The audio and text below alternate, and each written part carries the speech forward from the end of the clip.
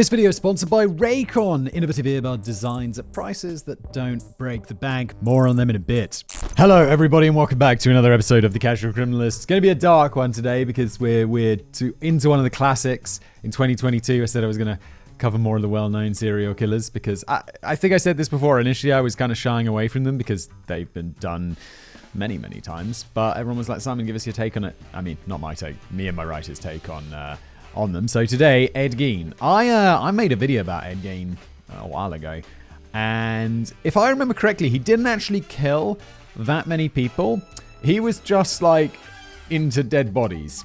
Like he'd cut them up and he'd steal them from the cemetery and stuff like that. So, and I always found that, I mean, yeah, it's disgusting and it's weird and all of that, but I find that a lot easier to stomach than the actual murder. Although I'm pretty sure he also murdered people as well, so that's great. Oh, that's not great.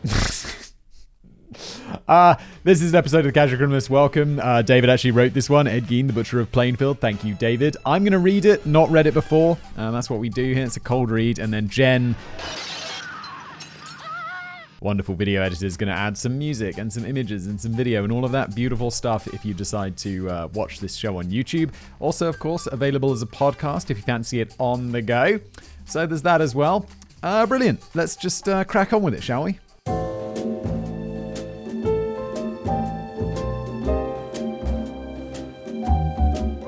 It's the morning of November the 16th, 1957. The tiny hamlet of Plainfield, Wisconsin, has a population of just over 680 people. It would be a slight overstatement to even call the place a town. The landscape around Plainfield is flat and lightly forested, cut only by farms that are situated miles apart. Further into Plainfield are the agrarian community's most impressive structures, a smattering of three-story brick buildings constructed in the late 1800s, a couple more added in the 1920s. The hamlet's main street is composed of shops catering to the basic essentials of the surrounding farming community, various grocery stores selling fresh produce and canned goods, a candy shop, a hardware store, a barber shop, and a post office. 680 people is not that many. I'm kind of amazed that is that enough people to sustain, like, I guess people have to have their haircuts, but isn't that the sort of thing you go to the nearest town for? Although this is America. Where is this? Wisconsin. I don't know anything about Wisconsin. Hello, Wisconsin! Have I been to Wisconsin? Maybe. I feel like I've been to Wisconsin. No. Wait. Doesn't matter. Not important. What I wanted to say is, like, don't you just go across the nearest town? But then I forget America's really big, so it's like, yeah, I gotta go get my haircuts. It's a 3-hour drive to the nearest town, ain't it, son? I don't know why I did that in a southern voice. I know it's just my default American accent, which I feel bad about. Not because it's a bad accent, just because it's the only one I do, other than like California sarcastic stoner surfer bro. Badly, I might add. Don't think I'm good at these. I'm not saying that. What are we talking about? Wisconsin. I'm pretty sure it's in the north. More unusual items like fitted clothing, luxury furniture, or modern electronics have to be ordered by catalog and shipped in. The past was the worst. Ultimately, the hamlet is isolated and unremarkable, and it would have remained so if the day's events had not come to pass. An atmosphere of late autumn gloom has descended upon Plainfield. 3 inches of snow covered the ground. The sky was grey, hazy, and depressing. There was a light mist and a wet drizzle in the air, vaguely threatening a storm. Plainfield was almost deserted. Most of the men were gone. Today was the first day of deer season, the government-mandated time of year where the deer population is culled by thousands of hunters across the state with free rein to stalk, kill, and butcher as many of the creatures that they can carry. It's like a hunting buffet. That's pretty great. Deer's like, I'm not the biggest fan of deer meat, but it's not bad. Like, I like venison sausages, for example. But if it's free, that's pretty great. And I bet a deer lasts you a really long time. Is it Joe Rogan? Is he the one who famously, what does he eat? He eats something famously. Is it deer that he hunts with like a crossbow? It's like, shit, dude. It's like, yeah, but you're rich. Why wouldn't you just buy it in a store? It's like, I don't know, it brings me back to nature. All right, man. I just like go to Tesco. The men have all eagerly marched off into the woods. In total, in the year of 1957, over 40,000 deer would be slaughtered. In a single year? Holy shit, it is a cull. At 8 a.m. on the morning of November the 16th, Ed Gein finished eating breakfast in the festering, stinking hellhole of a farmhouse.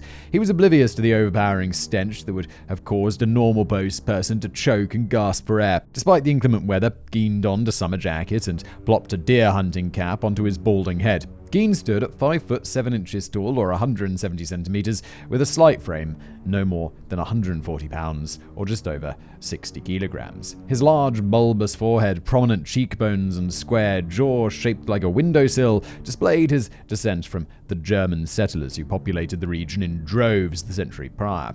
Ed Gein had slightly prominent and dopey-looking ears, the tops of which bent outwards. His face bore a hint of stubble, but he was otherwise clean-shaven. Gein had a vague, distant, daydreaming expression that was typically on his face, which led most of the people who knew him to think that he was a bit mentally slow. His reputation around Plainfield was that of a shy, strange little man who did odd jobs for his neighbors, even babysat children. They thought he was fairly dependable and ultimately harmless, that he wouldn't hurt a fly. Leaving the corpses and the vermin-infested filth of his house behind, Gein climbed into his maroon 1949 Ford sedan and drove into Plainfield. If you live in somewhere that stinks, do you lose the smell of it after a while? Because I know, I remember I went on a really long cycling trip with my friends, and we didn't, we were just camping out and just on a really long trip, and we didn't bathe for 10 days because we were just sleeping rough. We did it's called John O'Groats to Land's End in the UK, where you cycle from one end of the country to the other.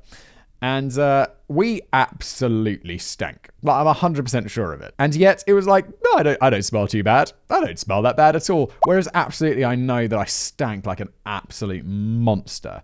So I guess you just get used to it. Which is, it's don't have guests around. It's when you go to someone's house and it's what's that smell? Dude, you smell like I mean, you don't say that, but you do wonder. And it's they just don't notice. I remember my parents, a rat died somewhere in their walls or under their floor or something, and they couldn't get to it. And for a month, they were saying it stank. And I remember I came to visit and I was like, what's that smell? It smells horrible. And they're like, oh yeah, we forget. There's a dead rat where we can't get to. We're just having to wait for it to rot it out. And I'm like, that is horrible.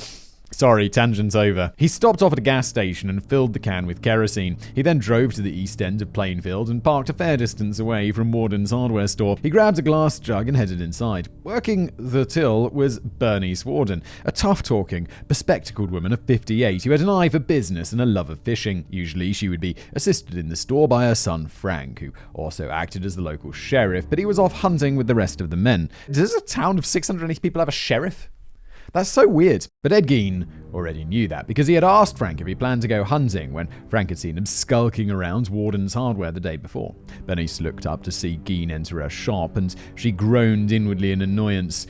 Bernice disliked Gein. They had known each other for 40 years. Bernice thought he was weird, creepy, bit of an idiot. I have a feeling I know what's going to happen to Bernice.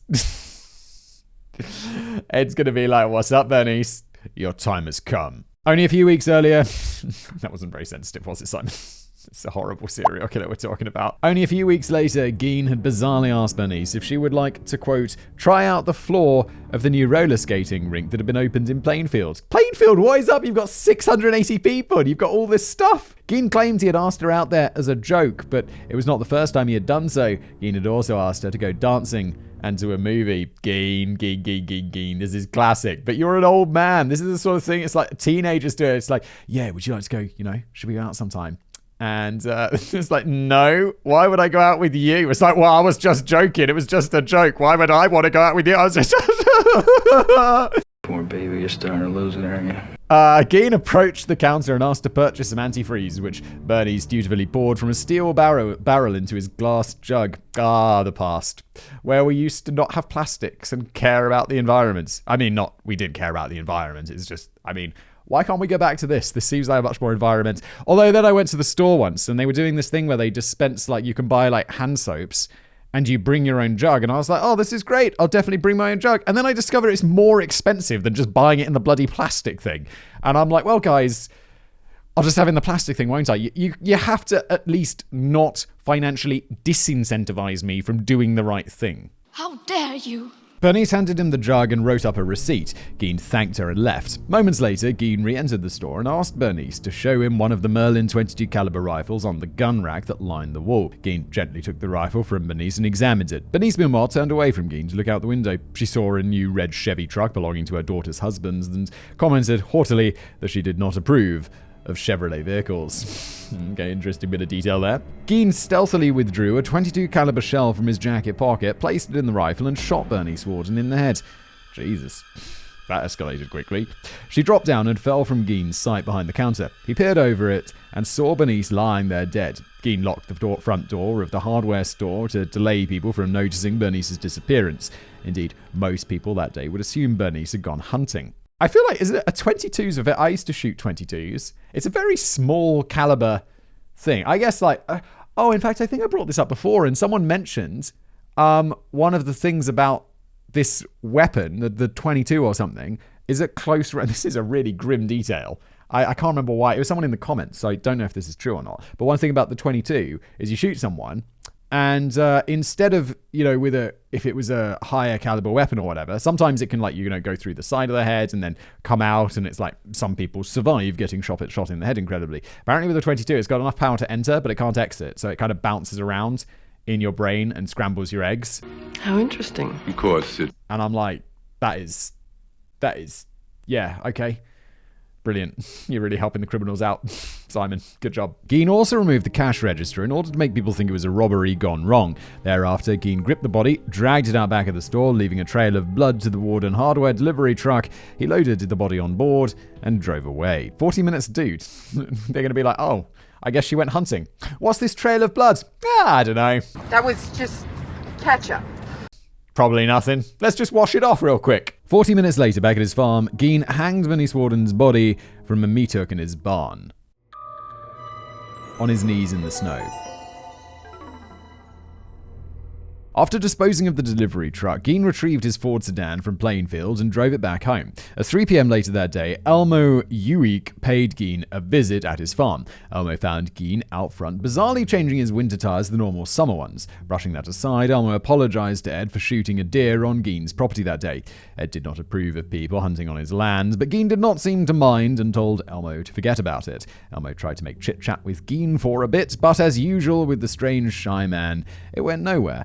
And after a while, Elmo left. Elmo, why did you go? You're going to go see someone who's obviously not a very good conversationalist and is probably not going to do anything about, you shooting a deer on his land. Just be like, oh no, I shot on it. Just be like, forget about it. Just grab that deer, get in your truck and go home. Sometimes it's best not to admit to your crimes. Shortly afterward, Ed Gein entered his barn and decapitated Bernice Worden's corpse. He proceeded to cut open the body from the top to the sternum near the collarbone down to the mons veneris, the soft flesh just above the pubic bone. Using circular incisions, Ed Gein then removed the body's genitalia and rectum, which he later transported along with the head to his house. Gein drained the remaining blood from the body and washed the insides clean with water. He then returned the body to the meat hook. Gein, what are you up to? You can see why they call him a butcher. It's like, why? What's up? At 5 p.m., Frank Worden had returned to Plainfield after a day's hunting when the owner of the local gas station informed him that Worden Hardware had been closed all day, with the door locked but the lights oddly left on, and there was no sign of his mother, Bernice. Frank headed over there to see what was going on. Indeed, the door was locked. Quickly going home to get the spare key, Frank returned to the hardware store and stepped inside. What greeted him was blood. Lots of blood. A slug trail of it headed out the back door. Frank Worden called his fellow sheriffs who were in Watoma, 15 miles away, and told them what had happened. When they arrived, Frank Worden said, "He's done something to her." When the sheriffs asked what Frank meant, the man snarled, "Eddie Gein." Frank then produced the sales receipt that Bernice had written for antifreeze that morning. The name registered was Ed Gein. Why? It's like you want to get caught. This is terrible. Meanwhile, teenager Bob Hill and his sister Darlene walked up to the road to Ed Gein's farm. Ed, guys, go police? No police? You just want to, let's go. Let's go. Oh, wait, I'm sorry. These guys don't have anything to do. I assume that they'd heard about this and they were like, let's go get Ed Gein. But it's a different situation, my bad. Gein exited his house and met them outside with his hands covered in blood. Bob explained that his car had broken down in their driveway and asked Ed for a lift to Plainfield so he could buy a new car battery. Ed said yes and told Bob and Darlene to wait while he washed the blood off his hands. I mean, yeah, this is like super suspicious, and in retrospect, you'd be like, "Oh my god!" But if I went to someone's house, like in a farming place, and I was like, "Yo, my car's broken down. Can you help me?" I would just assume that they're butchering, or I don't know, whatever. I would definitely not assume they've killed someone. And what are you going to do? Be like, "Did you kill someone?" Because either that ends with them killing you, or them just being like, "Nah, definitely not. Just butchering." Gein explained he had been dressing a deer, hardly unusual given it was the first day of deer season. What Bob Hill didn't know is that Ed Gein was known by some of the older men in the community for never hunting deer. Ed Gein drove the Hill siblings into Plainfield, where they picked up the battery. Thereafter, Gein helped Bob install it and get the car running at the Hills' house, which sat next to their family-run grocery store. Because it was getting late, Bob's mother, Irene, invited Gein to stay for dinner. Gein accepted and cheerfully munched down a meal of pork chops, potatoes, macaroni and cheese, and pickles, with coffee and cookies for dessert. Is this an American thing who has pork chops with macaroni and cheese? That is a very strange... Is that a normal combination, Americans? Macaroni and cheese is a dish in itself. Right? You have that. That's what's dinner. Macaroni and cheese. Not... And then it's like, yeah, pork chops as well. It's not a side. Is it? At 7 p.m., Jim Vroman, Irene Hill's son-in-law, burst through the door and said that Bernie Swarden had gone missing and there was blood all over the hardware store. Ed Gein's only comment was, "Must have been somebody pretty cold-blooded." He probably didn't say it like that. Bob Hill, eager to head into Plainfield and join the line of Gawkers, asked Gein if he would drive him. Ed Gein, assuming he was not a suspect, agreed to do this. As Gein said his goodbyes, Irene headed to the nearby family grocery store to relieve her husband and sent him home for his dinner while she watched the store. Moments later, she was confronted by 2 state troopers. They said they were looking for Ed Gein. Irene replied that he was probably just about to pull out of her driveway, unless he'd already left. The 2 men headed around the house and found Ed Gein and Bob Hill still in the driveway. Warming up the engine before taking off, the officers knocked on Ed Gein's window and asked him to follow them to a squad car, where they had 1 or 2 questions. Sitting in the car with Gein in the backseat, the officer asked Gein about his movements that day. When the officer pointed out a few contradictions in his story, Ed Gein blurted out, "Somebody framed me." Oh, Ed, what are you up to? What you should blurt out is like, "Where is my lawyer?" "Framed you for what?" the officer asked. "Mrs. Warden. She's dead, ain't she?" Gein replied. "How do you know she's dead?" the officer shot back. "I heard tell of it," Gein answered vaguely. At that point, nobody in the public knew that Bernie Swarden was dead, and the police couldn't be sure of it themselves, although a lot of blood was found at the scene. Ed Gein was promptly arrested for the robbery of the hardware store and under suspicion for the kidnapping or the murder of Bernie Swarden. Oh, Ed, you're a terrible criminal. This is one of these ones where if this was just a regular murder, and we don't have everything that comes later and everything they discover at his, farm of horrors, this would just go down as like a random murder by someone who was just a really incompetent criminal.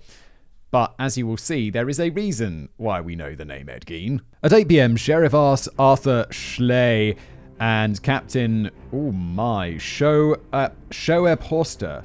Horster arrived at Ed Gein's farm in... You can see this was a German place, can't you, in these surnames? Arrived at Ed Gein's farm in search of Bernice Warden. The farmhouse and its connecting barn were cloaked in total darkness. Armed with flashlights, the men tried all of the doors which were locked, except for the door to the barn. As they made their way inside, the men fumbled through the darkness in order to find a source of light or a way into the house. It was there, in the darkness, that Arthur Schley bumped into the hanging, decapitated, eviscerated, exsanguinated, and mutilated corpse of Bernie Swarden. At first, Schley couldn't believe his eyes, thinking he was staring at the carcass of some sort of animal. Then, in total shock, he ran out of the barn, sank to his knees in the snow, and was violently sick. He was soon joined by Captain Shoep Horster, who began retching beside him. I've never seen anything that's made me throw up or smell. I mean, I guess I've smelled a few things where I've been like, but yeah, I mean, I hope that I never do, because damn. Meet Ed Gein's mother. Augusta Wilhelmina Lercher was born on the 21st of July, 1878. Her parents were German immigrants who had settled in La Crosse, Wisconsin in 1870. Augusta was raised in a devout Lutheran household with rules that were strictly enforced by frequent and painful corporal punishments administered by her father, Friedrich. Far from alienating Augusta from her parents, the oppressive and abusive upbringing forged her in her father's image. She was just as domineering, inflexible, humorless, austere, and fanatically religious as her father. She sounds fun. If not more so. Oh my god, she was murdered. Simon, have some respect. Christ. If not more so, Augusta embodied the notion of Protestant work ethic. Life should be hard work, filled with self-denial, hostility to all things sexual, and a rigid adherence to old world values. Augusta seems to have possessed little self-doubt in her own beliefs and betrayed no fear or humility when dealing with the people she despised. And by God, there were a lot of them. Oh wait, this is her mum. Yeah, we can make fun of her mum. She wasn't murdered horribly. I mean, maybe she was. That would be a hell of a coincidence. As the United States rapidly industrialized in the late 19th century, once sleepy agrarian communities saw an influx of travelers, traders, new goods and technologies, and the arrival of new ideas. Augusta hated modernity with a passion. She saw it as the encroachment of immoral satanic decadence and a straying from the godly Christian path which had prevailed since time immemorial. All right, chill out. Time immemorial. It's only been a few thousand years, a couple of thousand years. So, what are you talking about? Augusta saw this moral decay in pretty much everyone she met. Men she largely viewed as weak, self-indulgent, easily tempted buffoons. But she hated women even more. Augusta regarded women, with very few exceptions, as whores, temptresses, and unclean filth, the likes of which had tempted Adam to eat the fruit from the tree of knowledge in the Garden of Eden, dooming humanity to a life of sin and suffering. Oh... Yeah, surprise, surprise, she's super into the Old Testament. And the Old Testament gets pretty crazy. Then Augusta practiced a toxic combination of profound misogyny and contemptuous misandry. Big brain word, what is misandry? And if anything about you did not meet her very narrow, doctrinaire view of what was acceptable behavior, she'd be outraged and castigate you as a monster and a blight on the human race. Oh my God, can you imagine her in the 21st century? You'd be like, what the is going on? Question my beliefs. Make assumptions about my cozy life. I guess. No, we didn't go back to the pure, good Old Testament times, did we? What the fuck is this Instagram? Why is everyone half naked? Why are yoga pants a thing? As she matured into a young woman, Augusta Laker did not have an abundance of suitors. Shocking. Some men found her unsmiling attitude and sharp, insulting tongue quite off-putting. More shy men were quickly intimidated by her force of character. The more sprightly and virile of men may have shown Augusta some attention, but she quickly rebuffed them in the most vicious manner possible, given her own revulsion towards sex. In terms of physical appearance, sure, her eyes were too widely spaced apart, and she wasn't Aphrodite-made flesh, but she was solidly built, curvy, and buxom, perfectly decent qualities for a 19th century wife. But what was exceedingly hideous was Augusta's perennial bad attitude and how she treated people. Before Augusta was even 16 years old, she had gained a reputation as a real battle axe and did not particularly enthrall any of the young men in La Crosse County. Well, at some point she finds someone, because she's Ed Gein's mum. Most did their best to avoid her, since it would put them at risk of a puritanical hectoring and blistering disapproval. But in 1897, when Augusta was 19 years old, she met her future husband. George Gein was 24 years old and had recently arrived in La Crosse. He had been bouncing from job to job, working as an insurance salesman, a carpenter, a tanner, a power plant worker, and a lowly grunt on the railroads. His inability to find a bit of stability in his life, or to find a workplace where his efforts were appreciated, led George to have exceedingly low self-esteem. Oh my God, dude, you're going to get trampled all over by Augusta. He repaired his broken spirit in the saloon with copious amounts of whiskey. You'd hardly think that George Gein would be the sort of man who would attract Augusta Laker, but George presented well. She liked that he was strong. She liked that he was quiet. She liked that he did what he was told. And above all, she liked that he was a practicing Lutheran. I don't even know what a Lutheran is. It's some sort of Christian thing. What do Lutherans believe? It's Protestant, so it's a large branch of Protestantism that identifies with the theology of Martin Luther. Oh, he's the 95 Theses guy, isn't he? Okay, boring. Something Western Christianity, Reformation, blah, blah, blah. No one cares. Okay, moving on. The lesson endeth here. Meanwhile, George had managed to mask his alcoholism during their courtship. For George's part, he was attracted to Augusta's personality. Really? Someone was attracted to her personality? Wow. Which he interpreted as her being a strong, independent woman, rather than the meddlesome, angry, judgmental, and verbally abusive banshee that the young men of La Crosse County dismissed her as. Augusta's force of character, her decisiveness, her practical intelligence, and her large family espousing old-world Christian values also offered George the stability that his life had been lacking. Yeah, don't Don't hear me wrong. I'm not saying that a strong, independent woman is a bad thing. It's a good thing. Like, a weak, non-independent woman is... Well, that's not... Like, Simon, you're getting way too judgmental. I'm not saying it's a bad thing. I'm just saying, I don't know, everything we've read about this woman, she sounds horrible. That's all I'm saying. And yes, she's strong and independent, but she also seems horrible in her crazy religiousness. She's a bitch. George and Augusta were married on the 4th of December, 1899, and then the other shoe dropped. It immediately became clear that George Gein was a drunk and couldn't hold down a job. Augusta responded to this by becoming tyrannical and verbally abusive. I'm sure it was... I mean, I'm not like... It probably wasn't just his alcoholism that caused her to become tyrannical and verbally abusive, was it? Treating her husband as worse than vermin, George in turn responded to this by diving deeper into the bottle. Occasionally he'd come home drunk and beat Augusta when she started in on him. Augusta would start screaming that she wished he was dead. Such wishes also animated Augusta's nightly prayers, which she recited out loud in front of her husband. When they were not engaged in a full-blown domestic incident, a heavy silence oppressed the Gein household, with the newlyweds refusing to say a civil word to each other. Oh my god, this marriage did not start well, but at some point you have a kid. Oh my god. I'm going to say that kid's going to get really fucked up. It's Ed Gein. God. Don't have kids. Don't have kids if this is your situation. Get a divorce before you have kids, please. The kid is not going to fix it, I promise you. When it came to Augusta's Christian duty of procreation, she did not shy away from it despite her seething hatred for her husband. But Augusta loathed sex and found the act disgusting. She did it purely to conceive a child. To her, any idea of having sex for pleasure was the language of whores, and it evidently did not often occur to her that sex could also be an expression of love. Not that she loved her husband anyway. After 3 years of marriage and quite infrequent bouts of stale, emotionless sex, Henry Gein, Ed's older brother, was dragged kicking and screaming into the world. 4 years later, on August the 27th, 1906, Ed Gein himself was born. Augusta had hoped and prayed that her second child would be a girl and felt embittered that she'd given birth to another son. I don't like this. I don't like this attitude. Like, I've got 2 kids. First one was a girl, second one's a boy. At first I was like, I'd really like to have a son. I don't know. It was I guess just a weird male dude thing. But I also know women who are like, yeah, I'd really like to have a daughter. I don't know. I never went fishing with I did go fishing with my dad, but not like as a hobby. But I imagine like in my like idealized version of family life, it's like, come on, boy, let's go fishing. Ha ha ha ha ha. Let's do some manly stuff, which sounds so out of place in the 21st century. But you know, this stupid like shit you've seen in movies for decades. As soon as I had my daughter, I was like, I just don't care anymore. This is so sweet.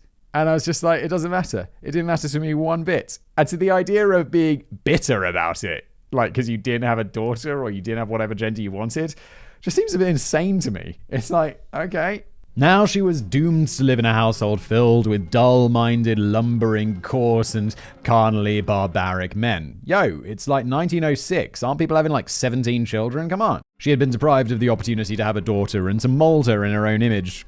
In this case, good. In defiant contrast to the airheaded, promiscuous, and hypocritical housewives that she saw in La Crosse. Needless to say, after Ed Gein's birth, any physical interaction between Augusta and George promptly ceased. Now, just before we get back to today's video, this one is brought to you by the good people over at Raycon. It's pretty much a new year, and whatever you're up to this new year, a new pair of headphones could be a great thing to do. I don't know if you can hear it right now. This is so appropriate. They are doing some construction next door, and honestly, right now, I just want to get away from the studio and put these in and be like, no more.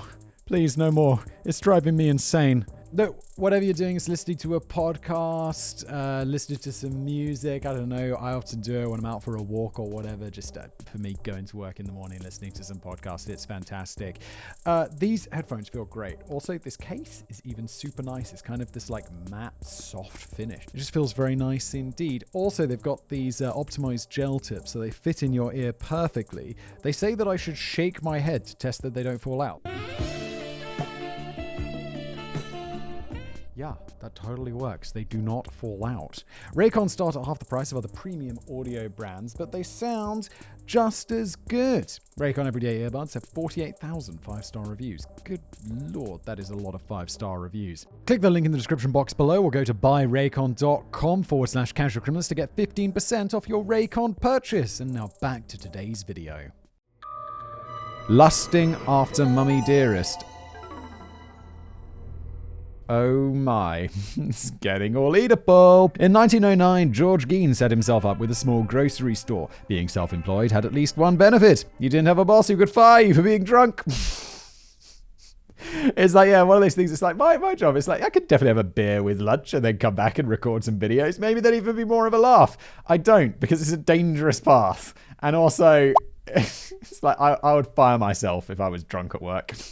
Nevertheless, Augusta quickly established dominance over the business. By 1911, Augusta was listed in the town's registry as the store's owner, with George Millie being listed as clerk. Meanwhile, with her father being a lost cause, Augusta established a domestic tyranny over her sons. Her attentions in particular fell upon young Ed, for whom his mother cultivated a particularly nuanced system of abuse. Augusta would go out of her way to make Ed feel utterly worthless. But at the same time, she didn't reject him outright, making Ed even more dependent on her. For example, when Ed was 7 years old, Augusta sent him to the bakery with some money to buy a loaf of bread. The young lad somehow lost the coins during his walk to the bakery. Ed burst into tears, terrified of what his mother might say. When he arrived home and told Augusta what had happened, she did not screech and hurl insults as she might have done to her husband.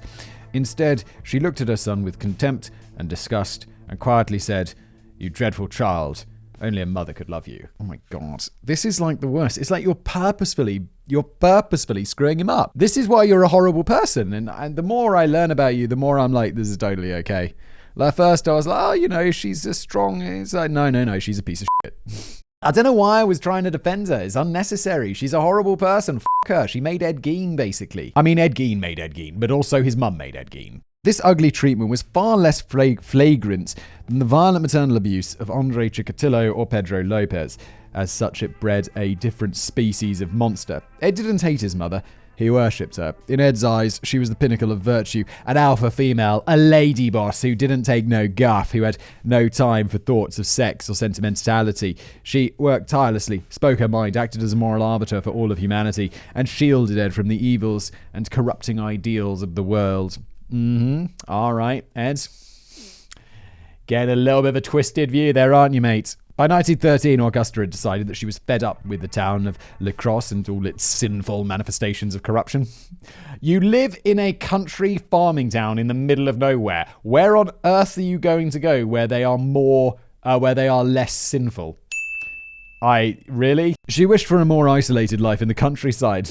You live in a village far away from a village, where there's 680 people. She moved the Gein family first to the farming community of Camp Douglas and then in 1914 to the 155-acre farm near Plainfield. Oh no, I'm sorry. I'm getting my places all mixed up today. La Crosse isn't the small place. Plainfield's the small place where they moved to. Get it together, fact boy. Come on, everyone at home's like, Simon, do you not even keep up with the story? Can you not? You're reading it. It's right in front of you. How do you not follow? My brain is just too small.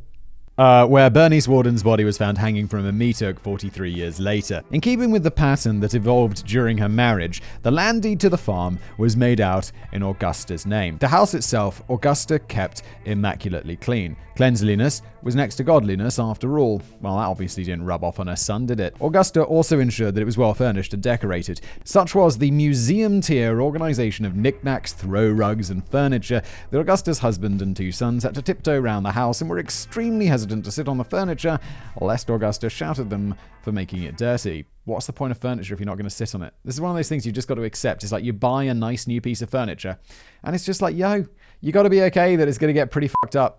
I really struggle with this. Like, so you get a nice car, the car's in such great condition, and then you're like, you just got to be okay with the fact that it's going to get a little bit fucked up. It's going to get a little bit dinged. You're going to like trape some mud in there. Kid's going to throw up on the back seat, and you're like, it was so nice, and now it's horrible. I take my car, I get it really nicely cleaned like twice a year, and I was like, at the end of the 6 months, it's like, what the fuck is happening in here? You just feel horrible. And then you get the car cleaned and you're like, oh my God, it's like it's new. It's so nice. I mean, it still gets the dings and stuff. I bumped into my mate's car the other day. It was really embarrassing. I was like reversing, and it's got all these, cameras and beep, beep, beep, beep, beep systems. And I'm like, nah, I can make that. The camera's just being overly generous. Bash! Whack it into my friend's car. And we're in a full car park and my friend's not there. And there's other people around. And they're like, you just bumped that car. And I'm like, you aren't going to believe this, are you? But that's my mate's car. So I'm just going to leave. And they're like, I saw nothing. Don't worry about it. And I'm like, that's not what I'm asking for. It was my friend's car. Come back, more, come back. And I wrote him later, and he's like, oh, mate, I didn't even notice. My car's such a piece of crap. And I'm like, okay. Anyway, that was uncomfortable. I was like, I'm not trying to drive off. It was literally the car park there were like many cars, and I just happened to hit my friends who was parked on the other side of the, where you've got like two things. Yeah, stupid. As such, Augusta's husband George tended to spend as much time as possible out of the house. By this time, George had lapsed into a perpetually sullen silence, no longer arguing back when subjected to one of Augusta's frequent verbal harangues. His alcoholism evolved from loud, violent outbursts of anger at his wife to just being a chronic day-long affair of keeping himself comfortably numb. George rarely took his frustrations out on his kids, and it wasn't long before they were old enough to fight back. Good.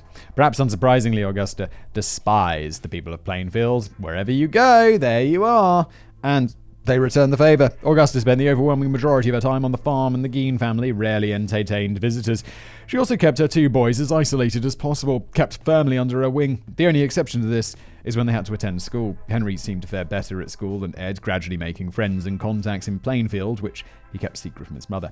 Ed, on the other hand, was a shy, awkward, browbeaten boy and did not make friends easily. He was occasionally subjected to bullying, but nothing in the extreme. When Ed did make a new friend, he'd excitedly come home and tell his mother about it, and she'd immediately launch into a diatribe about how the friend's family were a bunch of reprobates before forbidding Ed from associating with the other child. This is so sad. Kids just want to make friends.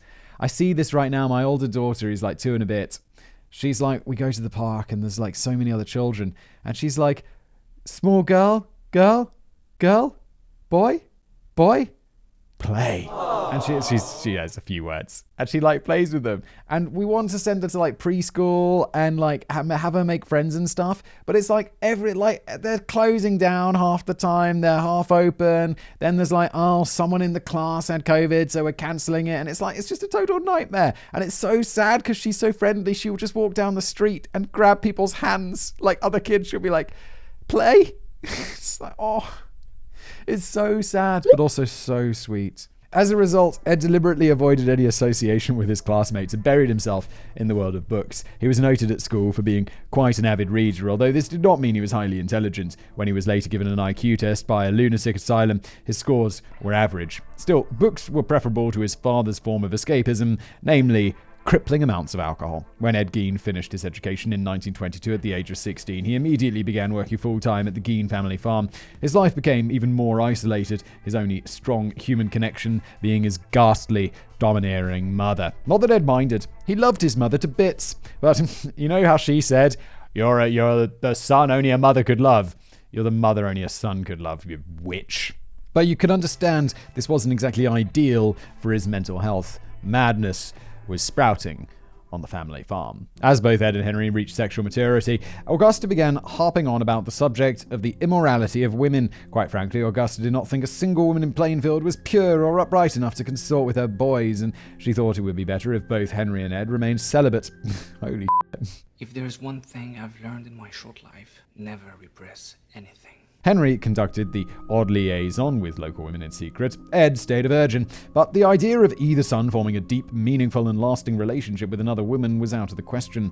Both of them remained bachelors. I have to say, it's quite amazing how Henry ended up being relatively normal and able to make friends and girlfriends and stuff, considering how intensely messed up this upbringing is.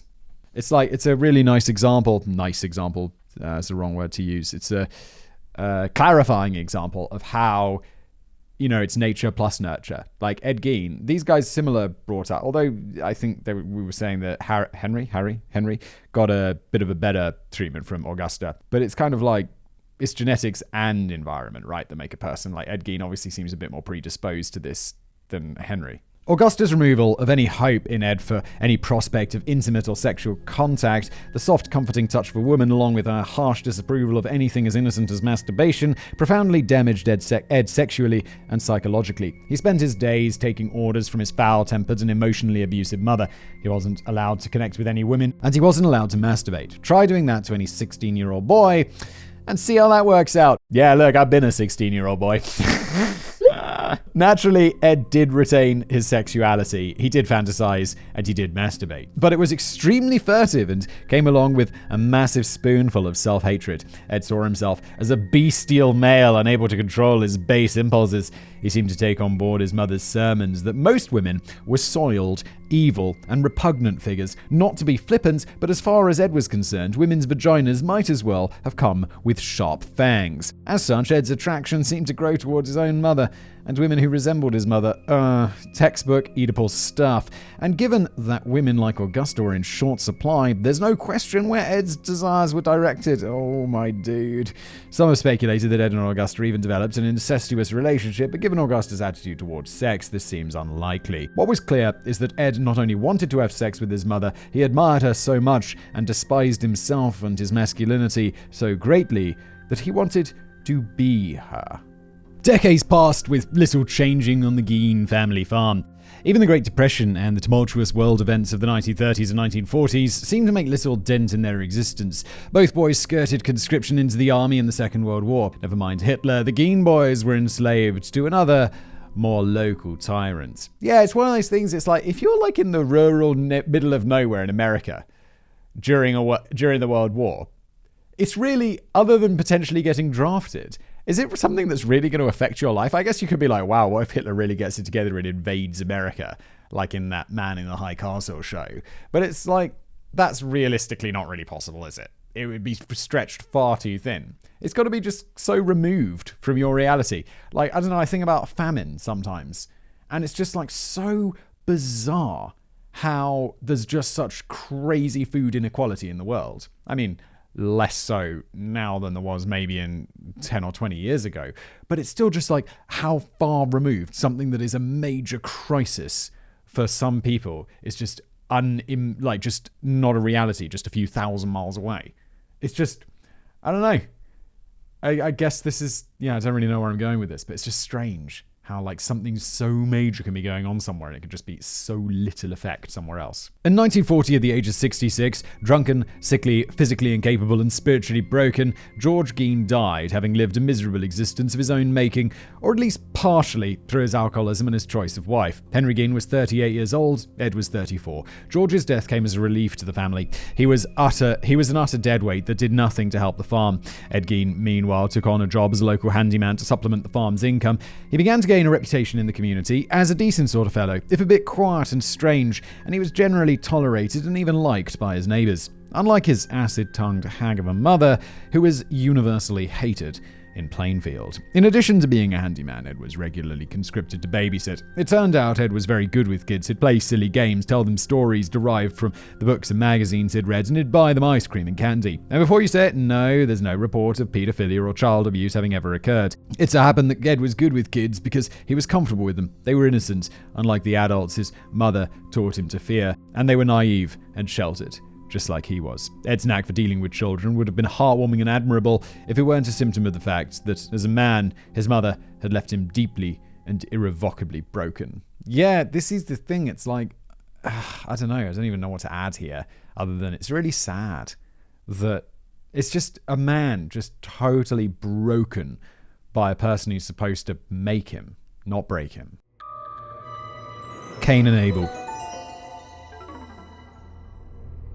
Henry Gein pushed back where Ed did not. In 1944, at the age of 42, Henry was still on the Gein family farm. He was a hard worker, a man's man. He socialized and had healthy adult relationships. Henry Gein also developed a deep and passionate bond with a divorced woman in Plainfield, which scandalized his mother, who forbade Henry from seeing her. Nevertheless, it seemed likely that soon Henry would finally leave the farm and pursue happiness elsewhere. Yeah, about time. 42. Get the hell out of there, Henry. It's time to go, mate. Go and have a normal life, please. Meanwhile, Henry was deeply critical of Ed's close and fawning relationship with Augusta, which he told his brother was unnerving, perverted, and unnatural. Yeah, Henry is absolutely spot on. Henry was also increasingly critical of Augusta herself, whom he denounced as the abusive, intolerant, and fanatical harridan that she, in fact, was. These insults enraged Ed Gein beyond all human reason and comprehension. Not beyond all comprehension, we know why, because his mother basically... I think I'm a bad mother. Bad mother. bashed him in mentally into the point where the only relationship that he can think about having is with her because she's poisoned him against everyone else. What is remarkable is just how ordinary and regular and level-headed Henry seems to have turned out to be.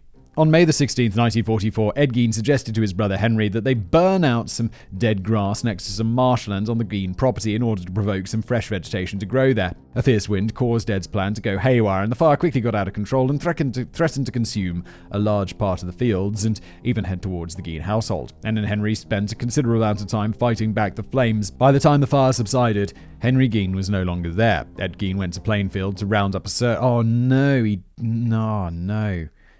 To round up a search party, they found Henry Gein lying on a patch of burnt ground, dead. The coroner later declared the cause of death to be asphyxiation from the smoke. What was strange about the incident was Henry was lying on burnt ground, yet there was no evidence that the fire damaged either Henry's body or clothing, as if it had been moved to that place post-mortem.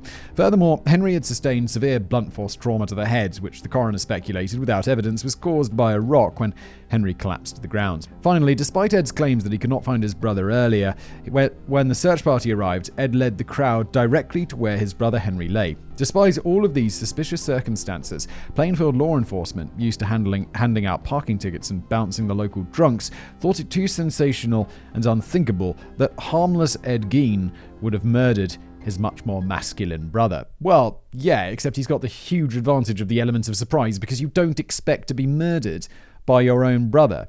Did Ed Gein, did he really murder this guy because he was talking shit about his mum, who he loved so much? Oh my, poor, I was just saying how great Henry turned out.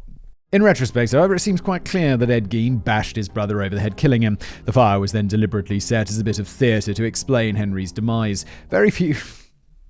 that Connor Billet was murdered. Nah, he just bashed his head on a rock. Why is he not burned at all? Dunno. It's like some country bumpkin coroner. Very few experts disagree with that assessment. However, what remains a mystery is whether Augusta Gein was aware of Ed Gein's actions, whether she approved of them, or whether Augusta had given the order herself. In later years, Ed Gein would show himself perfectly capable of murdering of his own volition. On the other hand, Henry's relationship with his mother and brother had grown increasingly strained in 1944, and it seems abundantly clear that if Augusta Gein had told her son Ed to do something, he would do it. Conversely, would Ed Gein have dared to murder his brother if it ran the risk of upsetting his mother? Not bloody likely. Yeah, but I think Ed Gein... No, I don't think Augusta ordered this. I just think Ed Gein did it because he didn't like how his brother was talking about their mum. And so he murdered him.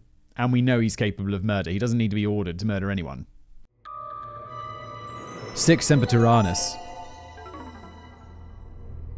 In the summer of 1944, Augusta Gein suddenly began complaining of headaches and started vomiting. For the first time in her life, she experienced difficulty speaking, and she claimed that she could not feel her left arm or left leg. Her condition worsened to the point that she lay in bed, unable to move. Ed Gein drove her to the hospital, where the doctors told him that Augusta had suffered a stroke. She had just turned 66 years old. Ed was devastated by the news and burst into tears. He spent all his time sitting next to her in hospital while she recovered. When Augusta's condition was stable enough for her to be discharged, Ed picked her up as tenderly as he would a baby bird, carried her to his truck, and he brought her back to the farm. Augusta was still weak, and movement was extremely difficult. Ed carried Augusta to her bedroom and laid her down on the bed. For weeks, Ed looked after Augusta's every need, only departing from her bedside when she instructed him what chores needed to be done on the farm. At night, he read to her from the Bible. A year went by. Then, in the summer of 1945, Augusta was finally capable of walking again. When Ed tried to assist her, she shoved him off. During the succeeding months, Augusta recuperated, and aside from significant weight loss, seemed to be back to her normal self. Ed was exceedingly relieved. Without the slightest fear of overstatement, Augusta was the center of his entire universe. Indeed, it appeared that Augusta was up to her old tricks. In December 1945, Ed went to the nearby Smith livestock farm to buy some straw for winter fodder. Augusta demanded that she go with her son in order to oversee the transaction, because she thought that Ed was generally too stupid to handle it himself. Ed carefully helped Augusta into the passenger seat of his truck and then drove off. When they pulled up the driveway, they saw a furious Mr. Smith beating a puppy to death with a stick. Oh my god. What the f***?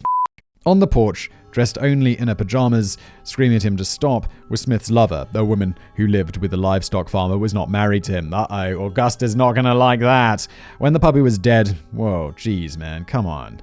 Mr. Smith threw the stick to the ground, and his lover ran up to him and pushed him out of the way before kneeling over the puppy's body, weeping loudly in grief. She turned and rattled a number of insults off at Mr. Smith for such a brutal act. He had no doubt. What the f*** are you up to, Smith? Augusta was scandalized by what she had witnessed. She later told her son as much. The very idea that a man like Mr. Smith would let a woman talk to him that way was unthinkable. Holy shit, Augusta. This is f***ed up. He must be a very weak man indeed. He's a weak man. Definitely a bit of a piece of shit. But, not for the reason Augusta thinks. Good Lord. Augusta said she always thought so. And what a debaucherous fool to live with a woman in sin. The disgusting pervert. As for the woman who Augusta only ever referred to as, quote, Smith's harlot, how dare she make such a public spectacle of herself? Isn't it bad enough that she disgraced herself as a wanton whore in front of the whole community by living with Smith? But she had to go on, ranting and raving in public in front of witnesses, wailing and moaning like a demented goat while in a state of undress. What sewer had Smith fished her out from? I remember a guy. What was it? Harlot? I didn't know what harlot meant. I was like 13 or 14 at school. I remember looking it up because there was a kid in my drama class who had got expelled from his previous school, or he had to leave his previous. They can ask you to leave, I think, was what schools would sometimes do. He had got expelled from his previous school or something like that because it's called one of the teachers, his daughter, a harlot. And I was like, oh my God, that must be really bad. What's a harlot? And I looked it up and I was like, yeah, you can't say that, can you? I mean, he must have done more than that because you don't get expelled for that one thing. But, wow. That was how I first came across the word harlot. Fascinating story, Simon. Thank you. As for the puppy, Augusta couldn't give a shit. A week later, Augusta suffered another stroke. Oh no! I don't feel anything. Ed rushed her to hospital, where she died aged 67 on December the 29th, 1945. Several of Augusta's brothers and sisters travelled from La Crosse for a funeral. Ed was there, barely able to hold himself together, and according to a member of the Lurk family, he cried continuously the entire time, with tears and mucus running freely down his face. At times, he had trouble standing. Nobody, I mean literally nobody, from Plainfield attended Augusta's funeral. In the mouth of madness. After his mother's death, Ed Gein stopped shaving regularly and stopped bathing. Around Plainfield, he became recognizable for his perpetual stubble, not as a fashionable choice as it is today, and the overpowering smell of his body odor. Ed sold off all of his livestock. He stopped tending to the fields from which the forest began to reclaim. The front yard sported 2-foot high grass riddled with weeds. Farm equipment was left where it lay, rusting for years, unused since December 1945. Ed Gein supported himself by renting out a few of his acres to neighbouring farms and working as a handyman.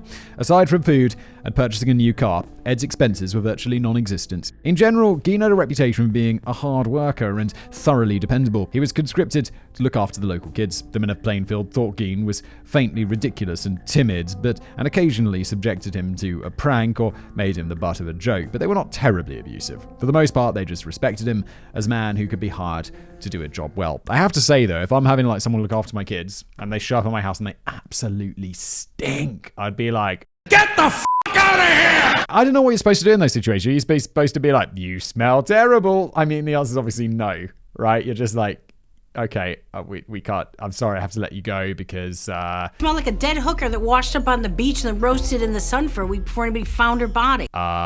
Any other reason other than you smell bad?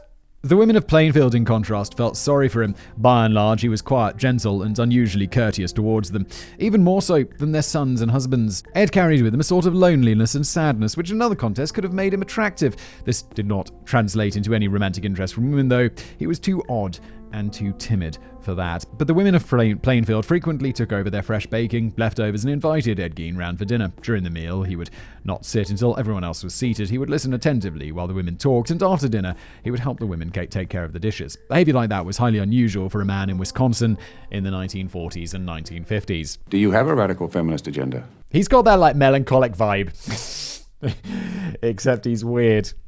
When he wasn't working on jobs or playing the wounded sparrow for the local women, Ed spent his time either shut up in his farmhouse, doing God knows what, or purchasing pulp crime thrillers, pop historical literature, and other adventure magazines. Gein also regularly attended a local bar where he'd drink a beer or two, something unthinkable during his puritanical mother's lifetime. Nevertheless, Ed Gein missed his mother to a soul-crushing degree. Without her, his life was rudderless. His mind and body were decaying from the loss, and he would do anything to replace her. Oh God, what's he gonna do? Is this where we get into it? Because it's gonna get dark, guys. During the course of his history reading, Gein had recently become enamored with accounts of Nazi war atrocities. In particular, Gein was fascinated with two female figures, Irma Gries, the hyena of Auschwitz, and Ilse Koch, the bitch of Buchenwald. Both women had committed acts of extreme sadism on thousands as they participated enthusiastically in the Holocaust. Between the ages of 19 and 22, Irma Gries, reputedly quite the stone-faced beauty, served as a concentration camp guard and selected women and children from the gas chamber. She was executed in December 1945. Ilse Koch was the wife of the Buchenwald camp commandant, and she committed numerous acts of torture and murder and harvested human skin for lampshades, furniture, and book bindings. Koch committed suicide in prison in 1967. Why Ed read so... How did she not get executed? What the f***? Ilse Koch never was executed? That's disappointing. Why Ed read so much about these women and whether Ed felt they bore any resemblance to his mother is a matter of speculation. I mean, yeah, there's definitely, like, a little bit, right? On May 1st, 1947, in Jefferson, Wisconsin, 8-year-old Georgia Weckler disappeared after being dropped off after school half a mile from the family's farmhouse. 2 weeks of frantic searching involving hundreds of people in the local community turned up nothing. On the day of the disappearance, a Ford sedan, similar to the make and model Ed Gein drove, was witnessed speeding away from the scene. On the afternoon of the 1st of November 1952, deer hunters Victor Travis and Ray Burgess stopped off at Plainfield to drink at a local bar. They got drunk and left at 7 p.m. Neither Travis and Burgess nor the car they drove out of Plainfield on were ever found. The same bar was sometimes frequented by Ed Gein. I like how, like, old school America, or just old school everywhere, it's like, yeah, they drove to a bar, got really drunk, and then left at around 7. By car? It's like, yeah, they were just drunk, it's cool, no worries. Oh my God. On October the 24th, 1953, in La Crosse, Wisconsin, 15-year-old Evelyn Hartley was babysitting 20-month-old infant Janice Rasmussen. She was last seen departing for the Rasmussen house at 6:30 in the evening. Evelyn's father became worried when she did not call to check in during the evening. He went to the Rasmussens and knocked on the door. Nobody answered. Looking through the window, Hartley saw his daughter's glasses and one of her shoes in the middle of the living room floor. There were also signs of a struggle. Hartley spotted an open basement window with footprints and blood leading from it. Hartley found his daughter's second shoe in the apartment. The next-door neighbors claimed they heard the girl scream at around 7:15 p.m. Police determined that just down the road, the girl was bundled into a car. Scraps of her blood-stained clothing and a blood-stained pair of men's trousers were found further down the highway, hurled from the window of a vehicle, heading east in the direction of Plainfield. On the afternoon of December the 8th, 1954, in a Plainfield bar, a regular customer entered to find the proprietor, Mary Hogan, was not there. The customer was alarmed by a large pool of blood on the floor. Hogan, who was a 200-pound woman who spoke with a German accent, 51 years old, who swore like a sailor, was twice divorced, and allegedly used to run a brothel in Chicago. Ed Gein was often spotted at Hogan's bar, staring at the women. Some of Plainfield's residents even joked Gein had a crush on her. While completely different in character, the physical resemblance of Mary Hogan to Augusta Gein was unmistakable. Local sheriffs found a bullet casing next to the pool of blood and noted the blood trail leading out of the bar to the parking lot where the woman was loaded into a vehicle. I have to say, even though I am familiar with the story of Ed Gein, I didn't realize he killed so many people. I thought, unless I'm absolutely mixing him up with someone else, which is entirely possible that I am, I thought he was digging people up from the graveyards and doing weird shit with their bodies. And then he just killed 1 or 2 people. I must be confusing him with someone else because I don't remember him, like, doing all of this stuff. I must have got him confused with someone else because he's Ed Gein, right? He's a horrible monster. I mean, obviously he's a horrible monster if he's digging up graves and kills 1 person, but this is a different league of terrible to what I was thinking about. Shortly after Mary Hogan's disappearance, Elmo Yeek joked with Ed Gein, quote, "If you had spent more time courting Mary, she'd be cooking for you instead of missing." Gein replied with a sloppy, boyish grin, "She's not missing. She's down at the house now." Gein would repeat this bizarre joke several more times whenever the disappearance of Mary Hogan came up in conversation. Between the years of 1947 and 1954, Ed Gein went to the local graveyard no less than 40 times and performed at least 9 exhumations of recent burials, though he likely did more. Okay, I'm not confusing him with someone else. I just seem to have somehow missed out previously that he murdered a lot more people than I thought. Wow. On one of these nights, Ed Gein dug up a grave, opened the casket, and harvested the body parts that he desired. He then resealed the lid, reinterred the casket, patted down the soil with a shovel, and he left graves exactly as he found them, or as Gein would later describe it, in apple pie order. Gein, you weirdo. After 1954, the grave robbing ceased for the next 3 years. At night, if one went to Ed Gein's farm just a few miles outside of Plainfield, one would be confronted with a startling sight. A man dressed in a skin suit composed of human body parts dancing in the yard. The suit resembled an old woman with tanned and stitched together flesh, complete with breasts and female genitalia. Oh, good lord. The grotesque figure was naked, a wig of long, dry, wiry, and untamed grey hair still attached to a leather-curled scalp jutting out from the top of the figure's head, and peering out from beneath a mask of skin ripped from a skull of a corpse were the eyes of a deranged killer. That is so f***ed up, man. What are you up to? What are you doing? The Corpse Eater's Den. And then there's a square brackets, major content warning. I mean, okay, if the guy wearing the skin suit didn't get a content warning, let's just say we're going to be in for a rough time, aren't we? So, if you're not into it, that's okay. You have been warned, you may depart. Here we go! We return to the night of November 16th, 1957. Once Deputy Sheriff Schley and Captain Show Complicated Namer had finished retching and vomiting outside Ed Gein's barn. We're back to here. Okay, wow, that was a while ago. This is a long episode. The police captain went to his squad car and radioed the other officers that Bernice Warden's body had been found. They sat on the hood of the captain's car for a moment, collecting themselves. Both men lit cigarettes and smoked in silence.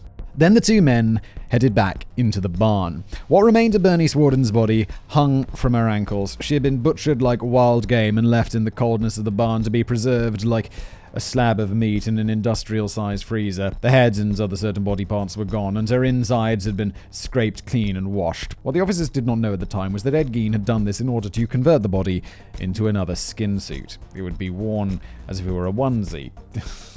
Dude. A team of sheriffs, state troopers, and forensic analysts arrived at the scene. All of them were shocked.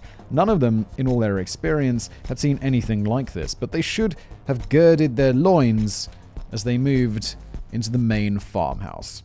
The majority of the Gein household, including all of the upstairs and the majority of the ground floor, was boarded off. Ed had preserved those parts of the household to remain as they were when his mother had died 12 years earlier in 1945. Yeah, that's one of those signs, isn't it? It's like if someone's died in your life and you're preserving their room in all of its,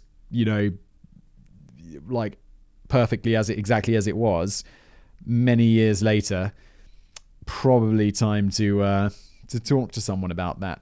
The scrupulous placement of furniture and knickknacks remained. Only layers of dust and the odd rodent skittering across the floor gave any indication that a large amount of time had elapsed since Augusta Gein had last graced those once immaculate rooms. It soon became clear that Ed Gein inhabited only two parts of the house, the kitchen and his bedroom.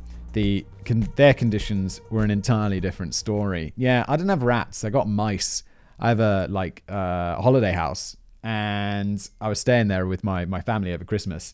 And we were there for like 5-6 days. And there's mice in the attic, it's a house in the country. There's mice in the attic, it happens.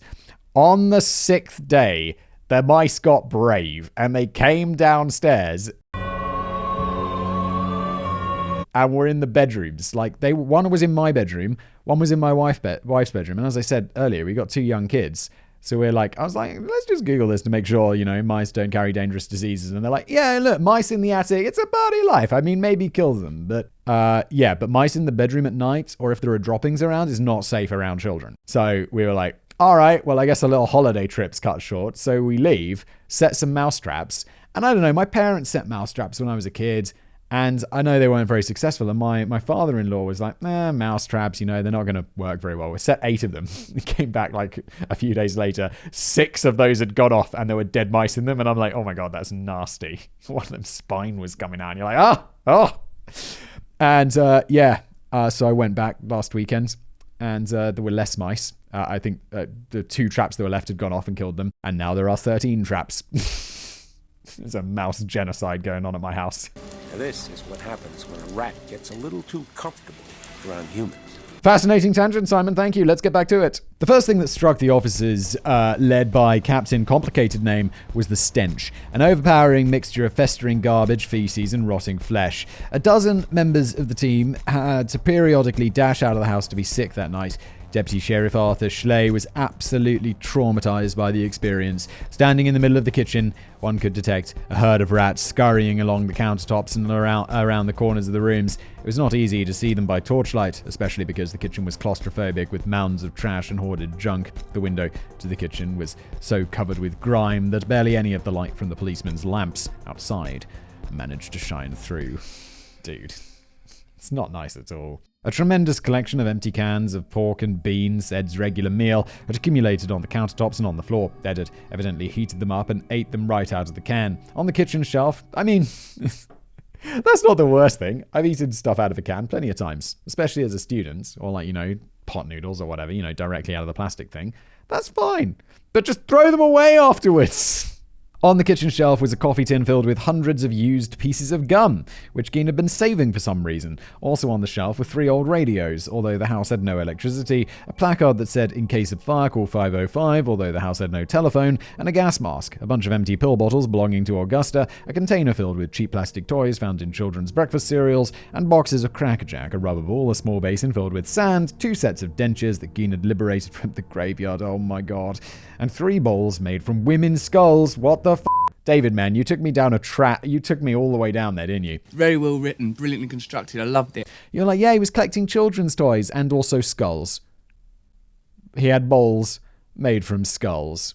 Dude. Ed had sawn off the tops of the skulls right at the temple, just above the eye sockets, to make bowls that hold as much volume as possible. He had then sanded down the rims of the bowls to make them smooth. Another one, oh no, I just read ahead to see what that says. Another one of the bowls is on the kitchen table, which Ed had recently eaten soup out of. Ed, that is so f***ed up. What are you up to? The floor of the kitchen was festooned with scraps of rotting food and absolutely coated with rat shit. The officers picked their way through a hoarder's obstacle course of boxes filled with old magazines, a sack of plaster, several piles of ash, stacks of calendars 10 years out of date, and tubs filled with broken crockery, rope, and clothing that belonged to Ed and Henry when they were both children. At the kitchen table, there were 3 chairs. Seat padding had replaced the old wicker weaving, and the padding was upholstered by human skin which had been tanned into leather. The undersides of the cushions were studded with white globs of human fat that had dripped and congealed during the crude leather-making process. Oh my god. I had that... I'm not going to be sick, but where you get that just like in the throat, like, that... The way when you're going to be sick and then your mouth waters for some reason beforehand? I just had a little bit of that because that is properly rough. The only thing that is comforting me, if possible right now, is that I'm fairly sure he made this out of people who were already dead. Although, then he murdered people as well, apparently. Which makes it so much worse. Like, I was always with the Ed Gein thing. In my mind going into this, I was like, well, at least it was just dead bodies, which I mean is horrible, but at least he didn't murder them and then use their skin to make chairs.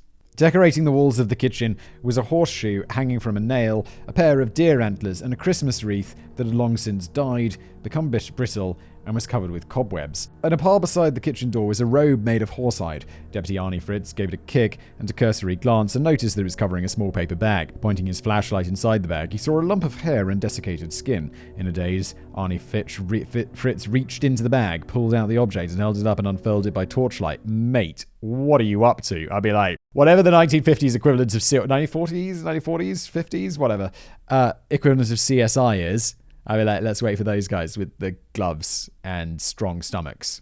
By God, one of the officers said, that's Mary Hogan.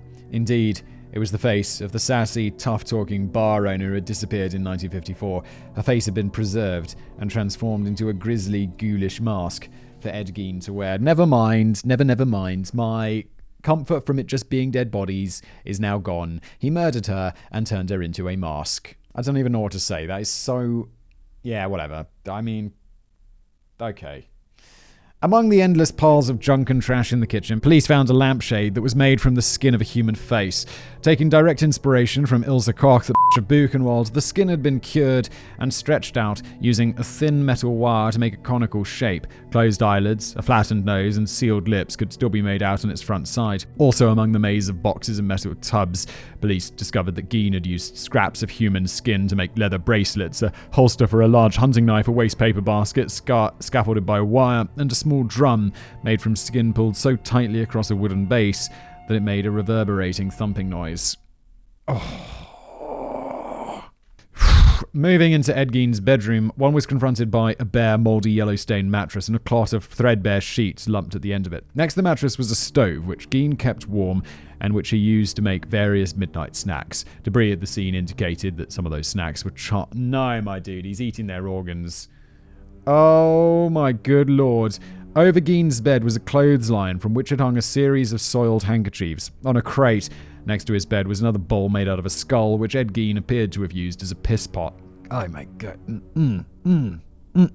Next to that was a pile of several dozen books. Across the bed was a rocking chair. Again, you can guess what it's made out of. On the floor, one could find more food tins, empty juice and milk cartons, more rotten bits of meat and carrion, more rats, and a lot more As one moved across the room, one inevitably disturbed the carpet of filth, nudging a rotten lamp with one's foot or kicking up a cloud of green mold. Occasionally, officers set off a blast of stench that temporarily stunned the men with its noxious strength, while others had to make a rapid exit. Along the wall was a broken accordion, a violin without strings, 2 rifles, a .22 caliber pistol, a German Mauser, and a shotgun. Unlike the rest of Gein's possessions, the firearms were all cleaned, oiled, and well maintained. The bedposts flanking Ed Gein's mattress were decorated with complete human skulls, fixed there with a couple of knots of twine, and a nail hammered through the back of the skulls where the occipital lobe of the brain would have been. What? This is like the proper House of Horrors, Gein. What the f***?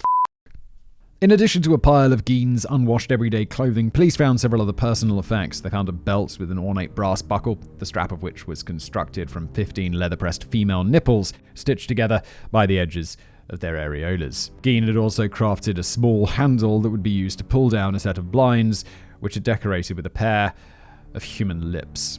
Near midnight, a motorized generator arrived in Gein's house, was lined with floodlights, so the officers no longer had to walk through the gruesome scene only by torchlight. The Chamber of Horrors was lit up like a Christmas tree, which allowed crime scene investigators to make a more thorough, methodical excavation of the 2 rooms. Lab analyst Alan Wilomsky found a box that contained a bunch of stuff, which I'm not going to describe, but let your imagination go wild, because that's what he found. 2 such remains were determined to have belonged to, let's just move on, but let's say he did murder those people, and they were young. Another shoebox contained... Okay, look. They found a bunch of boxes with horrible body parts from people that he killed. Let's move on. I can't stomach it. I don't want you to have to have that.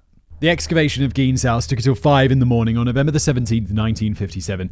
This is why some sources list the date of Bernice Warden's murder and Gein's arrest on the 17th rather than the 16th, or else imply police waited an entire day after arresting Gein before searching his house. In truth, the whole horrific affair unfolded in just 21 hours. Ed Gein claimed to have performed only 9 exhumations between 1947 and 1954, and only 2 murders have been definitively linked to him, that of Mary Hogan and Bernice Warden. But the number of human body parts found at the scene strongly imply that Gein committed far more grave robberies and/or was responsible for large numbers of murders. Unfortunately, because of the ethics of the time, the grisly evidence was photographed and then quickly disposed of, preventing further forensic investigation in later years. Nevertheless, it seems clear that Gein could have murdered 6 to 8 victims, including the likely murder of his brother Henry, and raided as many as 24 graves. Yeah, I think that's it. I had no idea so many murders were ascribed to him. I think I remember there being... I thought there was 1 ascribed to him, I have to say at the beginning. I didn't quite give that away. But there are definitely 2. And then his brother. And then also those people went missing and his car was seen nearby. It's a damn shame they didn't keep tissue samples, because I guess they didn't know. But I wonder what the next thing that we're getting rid of now. And then it'll be like, well, we should have kept that because there's some magical new technology that now allows us to use this as evidence.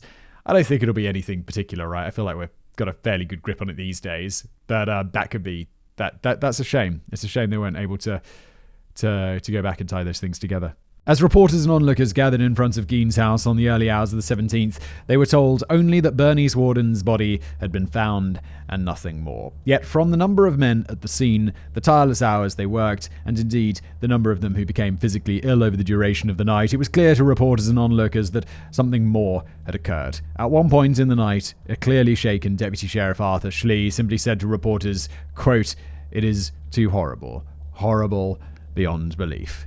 And he refused to say another word. Trial and death.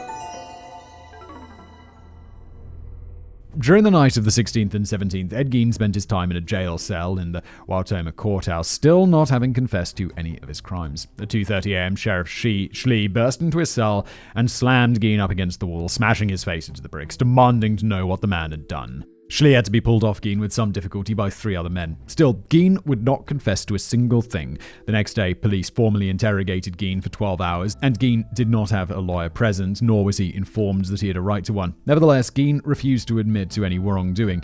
After another 24 hours would pass before Ed Gein finally admitted to the murders of Bernice Warden, claiming that he did not remember anything because he had blacked out at the time of the murder. Gein denied murdering anyone else and claimed that the other female body parts came entirely from grave robbing. At the very least, in regard to Mary Hogan, we now know that that was a lie.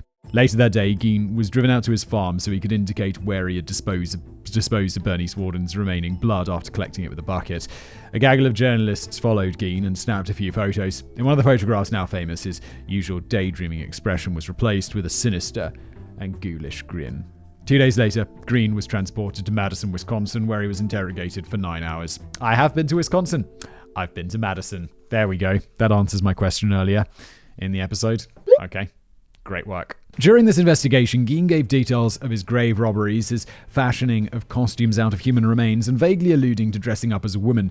He was much cagier about admitting to any murders. He had already admitted to murdering Bernice Warden in a daze, and confronted with the evidence of Mary Hogan's face and skull, Gein finally admitted to her murder as well. However, he insisted he had no memory of Mary Hogan's murder either, and claimed that he was admitting to the crime because that is what interrogators wanted him to do. Ed Gein's reluctance to bear full responsibility for the murders and focus on grave robbing led to some police to suspect Gein was not as crazy as he seemed. That is to say, he had the mental competence to recognize that grave robbing and desecration of multiple corpses, although revolting in nature, was less severe a criminal offense than admitting to additional murders. The Plainfield gravekeeper and a local mortician were both of the opinion that it seems unlikely that Gein was a grave robber. The gravekeeper claims that he kept a close eye on the graves during the period in question due to some vandals causing a large amount of damage to some headstones in 1947.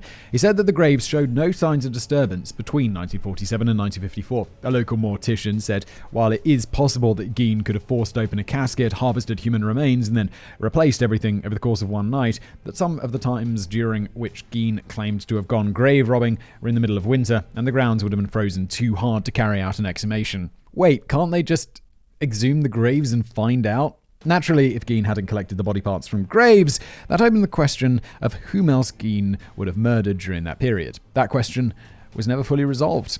Okay. Oh, meanwhile, police exhumed numerous caskets in the Plainfield graveyard and found that indeed at least 2 graves had been disturbed and the bodies mutilated. Well, there we go. The gravekeeper wasn't doing such a brilliant job, was he?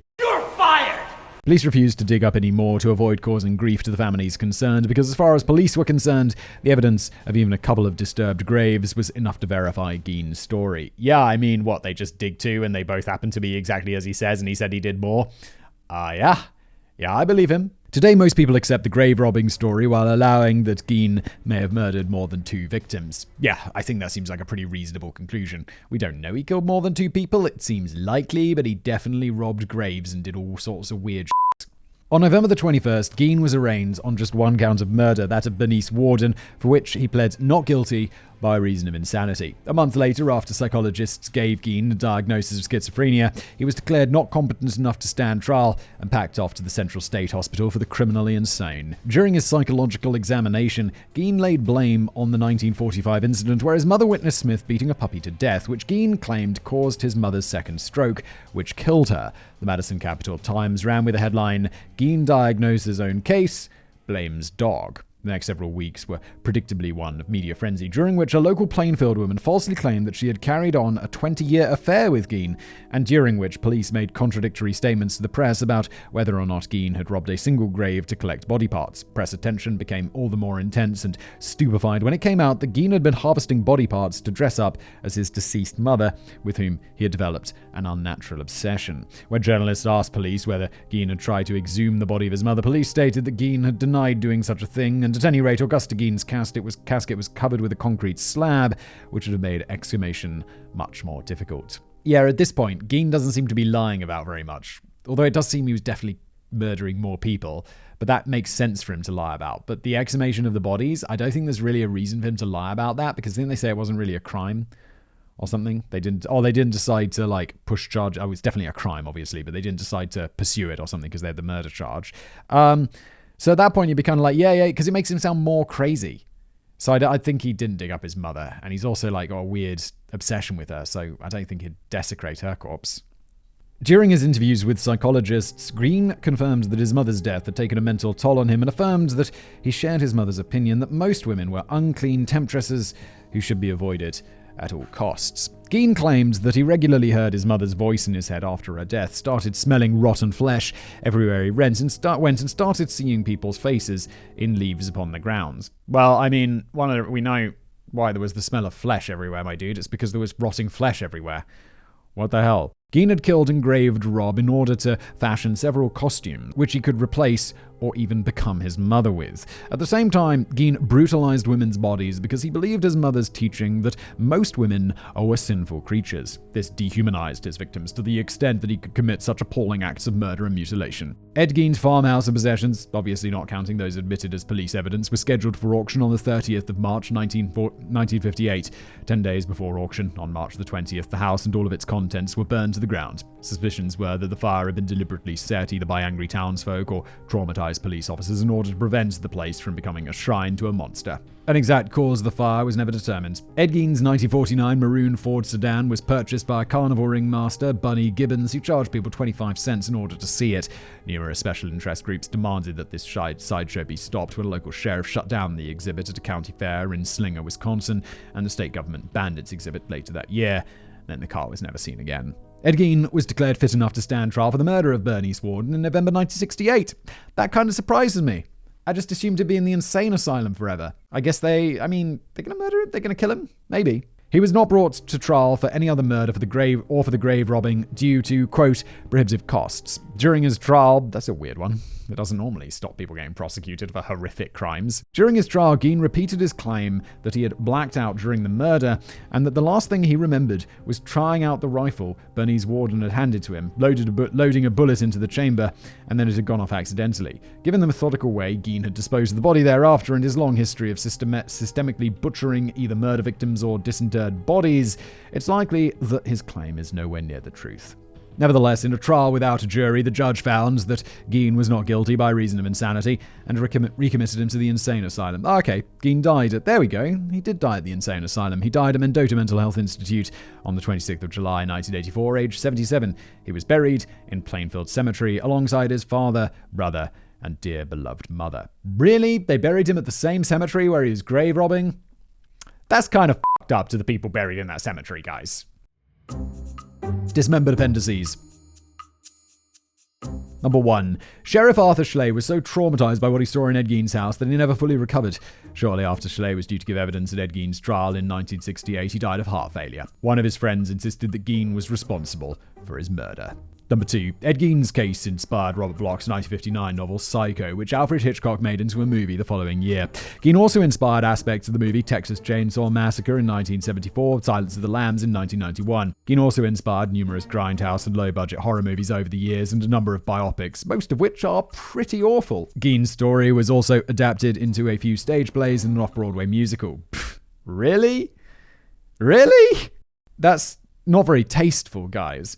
Gein differs from the villain of Psycho, Norman Bates, in that the latter only wore his mother's clothing rather than fashioning a suit out of her skin. Leatherface, the villain of the Texas Chainsaw Massacre, did wear human skin, but the film's plot resembles very little of Gein's story. Finally, Buffalo Bill in Silence of the Lambs kills his victims in order to fashion a skin suit in order to become a woman, but becoming an orphan at a young age, his childhood and life bears little resemblance to Gein's. Number 3. Gein's case is frequently highlighted by criminologists and psychologists to point out that sexual repression could be just as damaging to a child and young adult as outright abuse. Number 4. A frequent criticism of much of the media inspired by Gein's case, particularly Psycho and Silence of the Lambs, is that it promotes transphobia, where people with gender dysphoria are equated with deranged killers. No. They are deranged killers, because they kill people and made suits out of their skin. That is a weird take, guys. However, concerning Gein's case itself, no mental health expert, past or present, has ever claimed that Gein had gender dysphoria. Rather than wanting to transition to being a woman in his own right, Gein's obsession rested entirely with becoming one woman, specifically his mother, whom he adored above all other people, while generally despising what the average woman represented to his repressed and puritanical mind. Number 5. While Gein's kill count is nowhere close to the world's most prolific serial killers, only being confirmed to have murdered 2 victims, Gein's immense cultural impact can be explained by the gruesome discoveries made in Gein's house and his twisted but intriguing relationship with his mother. Yeah, Gein is one of those, it's like most of the other people you see, when you think of, like, the way I like to find, consider it is if you search Ed Gein and you see people also searched for, they'll be like Ted Bundy and co. Ed Gein he's not got the numbers up there. He's like more famous than Harold Shipman, for sure. And Shipman killed like 200-something people. It's a big difference. Finally, Gein was immortalized due to the shocking discovery of his crimes in a small hamlet in the 1950s that was quickly snapped up by an author and a filmmaker in the immediate aftermath of his crimes. If it were not for the creativity of Bloch and Hitchcock, it is likely Gein's story would have faded alongside similar cases of necrophiles, cannibals, and murderers, of which there are a substantial number, with tales just as grisly and depraved as the one that we've uttered today. Far from being unusual, these are elements of Gein's crimes that have been replayed dozens of times throughout modern criminal history. Yeah, that's good to know. And sometimes we touch on them on the Casual Criminalist because it's sort of what we do here. Well, that was a disgusting episode. I guess the only thing is Gein didn't kill that many people, which is hardly a reprieve, is it? It was horrible. And also, another reprieve that we didn't really mention is, I don't want to even say it, but at least they were dead first. It's like, we've had ones where it's like people have been, all sorts of horrible stuff's happened to them while they're still alive. At least they were dead first. I'm kind of surprised. It's a House of Horrors story more than a serial killer story today. Anyway, I hope you... Did you enjoy today's episode? No, of course you didn't. It was horrible. If you find this podcast interesting, if you do enjoy the podcast itself as a piece of media, please, if you're watching on YouTube, there's a like button below, there's a subscribe button you are free to utilize. If you're watching as a podcast, Spotify hey now has reviews or ratings that you can give the show, 5 stars preferred, of course. Just give it whatever you want though. And Apple Podcasts, all the usual suspects have ratings and review systems, so leaving that would be grand. And as always, I'll see you next time.